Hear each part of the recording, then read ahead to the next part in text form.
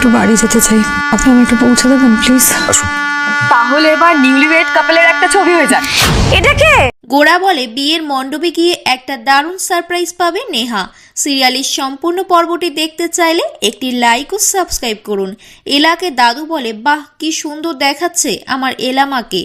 আমার বড় নাতির বিয়ে বলে কথা, সাজতে তো হবেই। এসবের কি দরকার ছিল দাদু?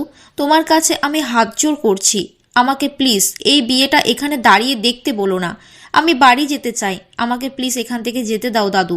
দাদু বলে, নিশ্চয়ই যাবে, সিনেমাটা শুধু অর্ধেক হয়েছে, চলে গেলে কিন্তু বড় চমক মিস করে যাবে।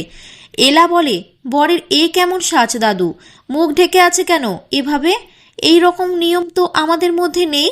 নেহাকে বোকা বানিয়ে বিয়ের মণ্ডপে নিয়ে আসে মেঘনা।